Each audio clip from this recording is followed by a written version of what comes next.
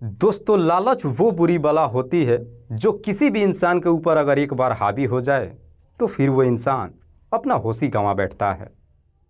और जब तक वो होश में आता है तब तक काफ़ी देर हो चुकी होती है, जिसकी वजह से उसकी खुद की ज़िंदगी तो बर्बाद होती है, उसके साथ साथ और भी न जाने कितने लोगों की ज़िंदगियाँ तबाह हो जाती है। दरअसल आज की कहानी में जितने भी किरदार होते हैं सब के सब एक नंबर की लालची होते हैं और सब के सब अपने मंसूबों को कामयाब करने के लिए एक ऐसे घटना का अंजाम देते हैं कि जिसकी वजह से सबकी ज़िंदगियां ही तहस नहस हो जाती है। नमस्कार, आदाब, मैं हसमुद्दीन और आप देख रहे हैं सफ़र क्राइम तक। दोस्तों, आज की जो सच्ची घटना मैं आपको सुनाने वाला हूं, दरअसल ये घटना है उत्तराखंड प्रदेश के देहरादून शहर की। देहरादून का एक इलाका पड़ता है पटेल नगर और इसी पटेल नगर इलाके के रहने वाले हैं 65 वर्षीय श्यामलाल राठौर, जो कि ये रिटायर्ड प्रिंसिपल है। दरअसल श्यामलाल की पत्नी की करीब 20 साल पहले ही मौत हो चुकी है। श्यामलाल की सिर्फ 2 बेटियां हैं, जिसमें बड़ी बेटी का नाम है साधना, जिसकी ऑलरेडी शादी कर चुके हैं। दूसरी बेटी है निधि, जिसकी उम्र है लगभग 25 साल, जो अपने ही इलाके से अपनी पढ़ाई कर रही है। बात कर रहा हूं मैं 2 फरवरी 2025 की सुबह के करीब 10 बजे के आसपास। दरअसल श्यामलाल अपनी बाइक लेकर के जब घर से निकलते हैं तो अपनी बेटी से बोल करके जाते हैं कि मैं शाम तक घर वापस आ जाऊंगा। लेकिन एक बार श्यामलाल जब अपने घर से निकलते हैं उसके बाद से उनका कहीं कुछ पता नहीं चलता है। देर शाम तक जब घर वापस नहीं आते हैं, निधि जब अपने पिता के नंबर पर कॉल करती है तो अब श्यामलाल का नंबर स्विच ऑफ बताने लगता है, जिसकी वजह से निधि भी काफ़ी परेशान हो जाती है। उसके बाद से निधि के जितने भी रिश्तेदार होते हैं सबके नंबरों पे फ़ोन करती है और फिर अपने पापा के बारे में पूछताछ करती है, पर बावजूद इसके श्यामलाल के बारे में कुछ भी नहीं मालूम चलता है और देखते ही देखते पूरी रात गुजर जाती है। लेकिन निधि भी यहाँ पे एक छोटी सी गलती कर देती है। दरअसल निधि लगभग 4 दिनों तक अपने पिता को ढूंढते रह जाती है, पर वो ना तो थाने में जाती है और ना ही अपने पिता की गुमशुदगी की रिपोर्ट दर्ज कराती है। आखिरकार जब 5 दिन का समय गुजर जाता है और श्यामलाल का जब कहीं कुछ पता नहीं चलता है तो 5 दिनों बाद 7 फरवरी 2025 को निधि इसी पटेल नगर थाने में जाती है और अपने पिता की गुमशुदगी की रिपोर्ट दर्ज करा देती है। पुलिस जब रिपोर्ट दर्ज कर लेती है उसके बाद से पुलिस अब तुरंत ही श्यामलाल को ढूंढना शुरू कर देती है।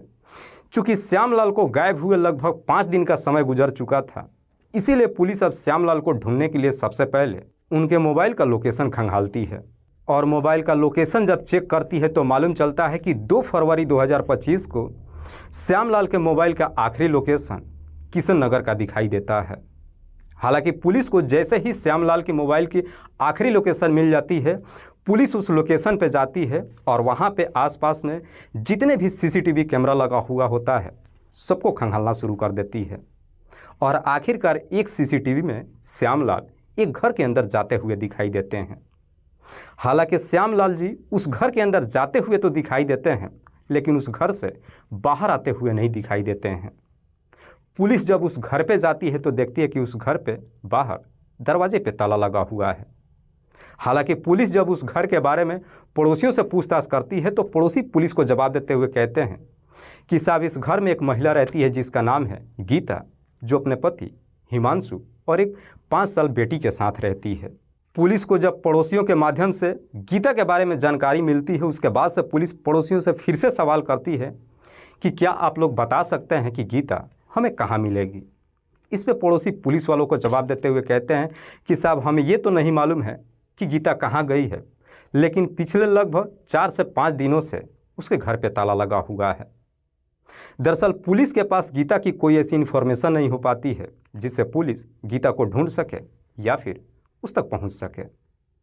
इसीलिए पुलिस अब ज़्यादा से ज़्यादा श्यामलाल के बारे में जानकारी इकट्ठा करने के लिए अब उनके मोबाइल नंबर की कॉल डिटेल्स को भी निकालती है और जब डिटेल्स को चेक करती है तो मालूम चलता है कि 2 फरवरी 2025 को श्यामलाल जी एक नंबर पे आखिरी बार बातचीत किए थे और उसी नंबर पे श्यामलाल जी पिछले कई सालों से लगातार बातचीत करते आ रहे थे। हालांकि पुलिस जब उस नंबर की डिटेल्स निकालती है तो मालूम चलता है कि वो नंबर किसी और के नाम पे नहीं बल्कि गीता के ही नाम पे रजिस्टर्ड था। आखिरकार पुलिस को जब गीता का मोबाइल नंबर मिल जाता है, उसके बाद से पुलिस अब गीता के नंबर पे कॉल नहीं करती है, बल्कि उसके मोबाइल के लोकेशन को खंगालती है। लेकिन गीता के मोबाइल का लोकेशन जो बार बार जहाँ तहाँ बदलते रहता है। पुलिस जब गीता के भी मोबाइल नंबर की कॉल डिटेल्स को निकालती है तो मालूम चलता है कि उसमें एक ऐसा नंबर था जिस पे 4 फरवरी 2025 को गीता कई घंटों तक बातचीत की थी। पुलिस जब उस नंबर की डिटेल्स निकालती है तो मालूम चलता है कि वो नंबर किसी अजय के नाम पर रजिस्टर्ड है। अजय जिसकी उम्र है लगभग 30 साल के आसपास, जो सहारनपुर के देवबंद का रहने वाला है। पुलिस को जब अजय की डिटेल्स मिल जाती है उसके बाद से पुलिस अब अपनी टीम के साथ देवबंद में जाती है और अजय के घर से उसे गिरफ्तार कर लेती है। दरअसल ये अजय कोई और नहीं बल्कि गीता का ही बड़ा भाई है। पुलिस जब अजय से गीता के बारे में पूछताछ करती है तो अजय पुलिस वालों को जवाब देते हुए कहता है कि साहब मुझे ये तो नहीं मालूम है कि मेरी बहन कहाँ पर है, लेकिन 4 फरवरी को मुझे कॉल करके अपने घर पे बुलाई थी। दरअसल मेरी दीदी और जीजा ने मिल कर के एक व्यक्ति की हत्या कर दिया था और उसकी डेड बॉडी घर में रखे हुए थे। उसी डेड बॉडी को ठिकाने लगाने के लिए वो मुझे कॉल की थी और जब मैं यहाँ से गया था तो मैं अपने जीजा के बहनोई धनराज को अपने साथ लेकर के गया था और फिर उस डेड बॉडी को गांव में लाने के बाद गांव के ही नहर में फेंक दिया था।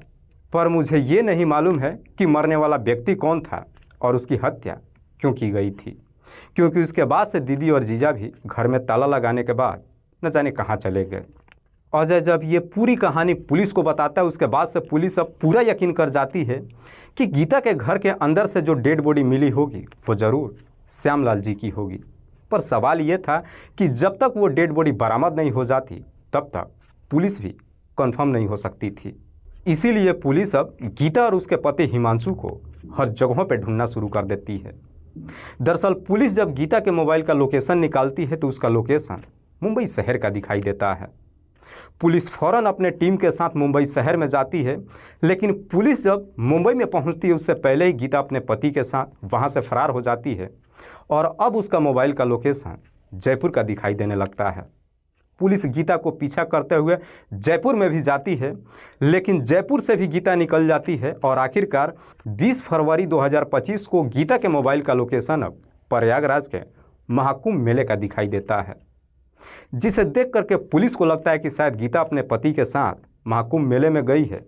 चूँकि मेले में इतनी काफ़ी भीड़ थी कि पुलिस चाह करके भी गीता को नहीं ढूंढ सकती थी। पर जैसे ही लगभग 5 दिन का समय गुजरता है, आखिरकार 5 दिनों बाद 26 फरवरी 2025 को गीता के मोबाइल का लोकेशन अमृतसर शहर का दिखाई देता है और जैसे ही अमृतसर शहर में उसकी मोबाइल का लोकेशन मिल जाती है, पुलिस फ़ौरन अपने टीम के साथ अमृतसर शहर में जाती है और वहां से गीता के साथ साथ उसके पति हिमांशु को भी गिरफ्तार कर लेती है।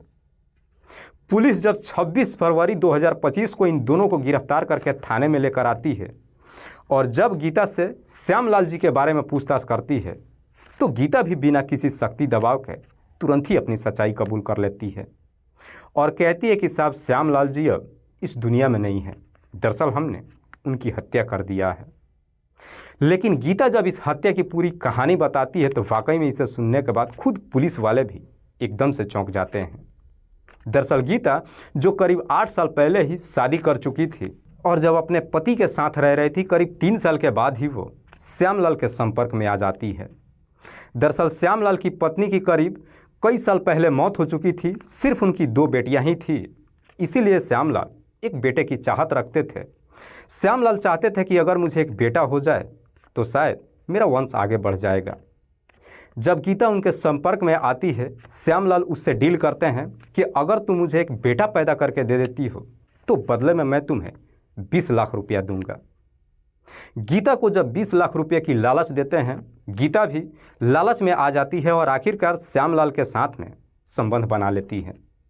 और जब ये सिलसिला शुरू होता है उसके बाद से श्यामलाल भी गीता के ऊपर आंख बंद करके पैसा उड़ाने लगते हैं। पर यह सिलसिला भी कुछ ही महीनों तक चला था कि आखिरकार एक दिन इस बात की जानकारी गीता के पति को मालूम चल जाता है और वो अपनी पत्नी से इतना काफ़ी नाराज़ हो जाता है कि आखिरकार अपनी पत्नी को तलाक दे देता है। उसके बाद से गीता अपनी 1 साल की बेटी को लेकर के अलग किराए के कमरे में रहने लगती है। और जैसे ही लगभग 4 साल का और समय गुजरता है, गीता एक और लड़के के संपर्क में आ जाती है जिसका नाम है हिमांशु। हिमांशु जिसकी उम्र है लगभग 26 साल के आसपास, जो MBBS की पढ़ाई कर रहा है। दरअसल हिमांशु और गीता के बीच में जब प्रेम प्रसंग शुरू होता है, हिमांशु भी गीता के इस प्रकार से दीवाना हो जाता है कि तुरंत ही उससे शादी कर लेता है और फिर दोनों पति पत्नी इसी विकास नगर में रहने लगते हैं। समय बेहतर तरीके से गुजरने तो लगता है, लेकिन गीता जब हिमांशु से शादी करती है तो दूसरी शादी करने के बावजूद भी वो श्यामलाल को नहीं छोड़ती है, क्योंकि श्यामलाल उस पर आँख बंद करके पैसा ही नहीं उड़ा रहे थे बल्कि उसके तमाम ख्वाहिशों को पूरा कर रहे थे। इस बीच गीता लगभग श्यामलाल से 10 लाख रुपए ऐंठ चुकी थी। इसके बावजूद भी जब श्यामलाल से वो बार बार मुलाकात करती है, आखिरकार एक दिन फिर से इस बात की जानकारी गीता के दूसरे पति हिमांशु को मालूम चल जाता है। लेकिन हिमांशु को जब ये मालूम चलता है कि श्यामलाल एक अच्छा खासा पैसा वाला है, हिमांशु के दिमाग में तुरंत ही एक आइडिया क्रिएट होता है। दरअसल हिमांशु जा करके अपनी पत्नी से बातचीत करते हुए कहता है कि क्यों ना हम दोनों मिल करके श्यामलाल का एक वीडियो बनाते हैं और फिर उसी वीडियो के माध्यम से श्यामलाल को ब्लैकमेल करके उसे मोटा पैसा ऐंठ लेते हैं और फिर श्यामलाल को हमेशा के लिए तुम छोड़ देना और हम अपनी ज़िंदगी बेहतर तरीके से व्यतीत करेंगे। हिमांशु जब इस पूरे प्लान के बारे में अपनी पत्नी गीता से बताता है, गीता भी अपने पति की बातों में आ जाती है और फिर दोनों मिल करके एक प्लान बनाते हैं। और इसी प्लान के तहत 2 फरवरी 2025 को सुबह सुबह ही गीता श्यामलाल के नंबर पे कॉल करती है और श्यामलाल से बड़ी मीठी मीठी बातें करते हुए कहती है कि दरअसल मेरा पति आज घर पे नहीं है, दिन भर वो अपने हॉस्पिटल में रहेगा, मैं घर पे अकेली हूँ, अगर चाहो तो तुम मुझसे मिलने के लिए मेरे घर पे आ सकते हो। चूँकि श्यामलाल को भी गीता से मिले हुए काफ़ी दिन हो चुका था, अपने घर पे गीता जब मिलने के लिए बुलाती है, श्यामलाल भी आगे पीछे कुछ भी नहीं सोचते हैं और तुरंत ही उससे मिलने के लिए तैयार ही नहीं होते हैं, बल्कि सुबह के करीब 10 बजे के आसपास अपनी बाइक लेकर के घर से निकलते हैं और सीधे गीता के घर पे पहुंच जाते हैं। गीता जब श्यामलाल को अपने दरवाजे पे देखती है, बड़े प्यार से उन्हें घर के अंदर बुलाती है और सीधे बेड पर लेकर के चली जाती है। दरअसल उसी के बगल कमरे में इधर उसका पति हिमांशु जो छुप करके बैठा हुआ था। हिमांशु इस इंतजार में था कि जैसे ही दोनों एक दूसरे के साथ संबंध बनाएंगे, उसी पल का कुछ फोटो और वीडियोस मैं अपने मोबाइल में कैप्चर कर लूँगा। गीता जब श्यामलाल को लेकर के बेड पे जाती है और जैसे ही दोनों अपना काम करना शुरू करते हैं, न जाने कैसे श्यामलाल को यह आभास हो जाता है कि शायद कमरे में कोई छुप करके बैठा हुआ है। इसीलिए श्यामलाल जी चीखना चिल्लाना शुरू कर देते हैं और जैसे ही चीखना चिल्लाना शुरू करते हैं, उनकी चीख पुकार सुन करके हिमांशु भी एकदम से डर जाता है, तुरंत ही कमरे से बाहर आता है और आकर के श्यामलाल के मुंह को दबा देता है। दरअसल उसके बाद से हिमांशु और उसकी पत्नी गीता को अब ये डर सताने लगता है कि कहीं इस बात की जानकारी लोगों को मालूम चल गया तो हम बुरी तरीके से फंस ना जाए। इसीलिए गीता और हिमांशु अब अपने आप को बचाने के लिए ना चाहते हुए ही श्यामलाल की गला दबा करके हत्या कर देते हैं। श्यामलाल की मौत तो हो जाती है, लेकिन उसके बाद से अब ये दोनों सोच में पड़ जाते हैं कि आखिरकार श्यामलाल की डेड बॉडी को ये ठिकाने कहाँ पे लगाए। चूँकि हिमांशु MBBS की पढ़ाई कर रहा था, उसे बेहतर तरीके से मालूम था कि अगर किसी भी डेड बॉडी को 24 घंटे तक अगर छोड़ दिया जाए और 24 घंटे के बाद अगर उसके डेड बॉडी को अलग अलग हिस्सों में किया जाए तो उसके शरीर से खून नहीं बहेगा। इसीलिए श्यामलाल की डेड बॉडी को अपने घर में ही छुपा करके रखते हैं, श्यामलाल के मोबाइल को बंद कर देते हैं और जब 24 घंटे का समय गुजरता है, आखिरकार कमरे के अंदर ही एक तेज़धार हथियार को लेकर आते हैं और श्यामलाल की डेड बॉडी को कई अलग हिस्सों में कर देते हैं और फिर सारी डेड बॉडी के पार्ट्स को एक बोरी में पैक कर देते हैं। और फिर अगले दिन 4 फरवरी को सुबह सुबह गीता अपने भाई अजय के नंबर पर फ़ोन करती है और उससे बात करके सारी बात बताते हुए कहती है कि कैसे भी करके हमारी मदद करो। जब मदद की गुहार लगाती है, अजय भी उसका साथ देने के लिए तैयार हो जाता है, लेकिन अजय जब देवबंद से देहरादून के लिए निकलता है तो हिमांशु के बहनोई धनराज को भी अपने साथ ले लेता है और 4 फरवरी को देहरादून गीता के घर पे पहुंच जाते हैं। पहुंचने के बाद उस बोरी को एक पिकअप में लोड करते हैं और फिर उस डेड बॉडी को लेकर के सीधे देवबंद में आ जाते हैं और देवबंद में आने के बाद उस डेड बॉडी को नहर में फेंक देते हैं। इधर जैसे ही डेड बॉडी घर से निकल जाती है उसके बाद से गीता भी दरवाजे पे ताले लगाती है और फिर अपनी बच्ची और अपने पति को लेकर के वहाँ से सीधे मुंबई चली जाती है। इधर पुलिस जब गीता का पीछा करना शुरू करती है तो गीता वहाँ से भाग करके पहले जयपुर में आती है और फिर जयपुर से अपने पति के साथ प्रयागराज महाकुंभ मेले में पहुँच जाती है। दरअसल गीता और उसके पति हिमांशु प्रयागराज महाकुंभ मेले में ये सोच करके जाते हैं कि इसी गंगा जी में जाकर के हम अपना पाप धुल लेंगे। आखिरकार प्रयागराज महाकुंभ मेले में जब जाते हैं तो वहाँ पे गंगा स्नान करने के बाद 25 फरवरी 2025 को दोनों ही अमृतसर शहर में चले जाते हैं। लेकिन अमृतसर शहर में जब पहुँचते हैं तब तक इनके पास पैसे ख़त्म हो जाते हैं और वहीं पे मात्र 200 रुपये में एक किराए का कमरा लेकर रह ही रहे थे। तब तक वहाँ पुलिस पहुँच जाती है और फिर इन दोनों को गिरफ्तार कर लेती है।